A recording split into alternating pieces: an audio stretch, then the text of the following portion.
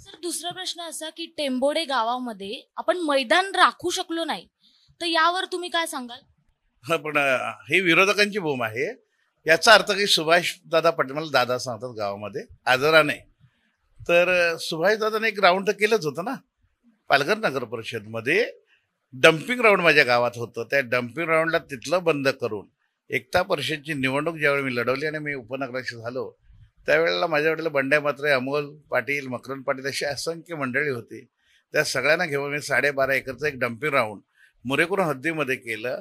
मग माझ्याकडचं जे dumping ground खाली झालं तिथे मी क्रिकेटचं ग्राउंड केलं आणि ते क्रिकेटच्या ग्राउंडवर मी गावातल्या मुलांना खेळायला मी संधी प्राप्त करून दिली. एक 10 वर्ष मुलं खेळल्यानंतर ज्या ठिकाणी जिल्ह्याचं विभाजन झालं, ठाणे जिल्ह्याचं, पालघर जिल्ह्याची निर्मिती झाली. पालघर जिल्ह्याची निर्मिती झाल्यानंतर ते ग्राउंड जिल्हा क्रीडा संकुल म्हणून गेलं.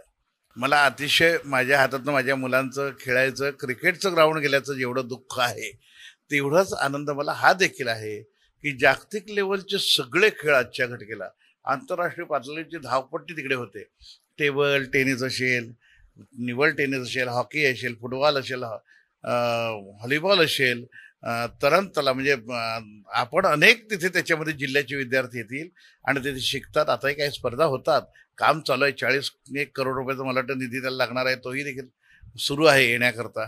ते ग्राउंड विकसित होत असताना मला तेवढाच आनंद आहे, कारण ते माझ्या टेंबोड्या हद्दीमध्ये आहे. हे मात्र खरं आहे की माझ्या गावातल्या मुलांची क्रिकेट खेळायची पंचायत झाली.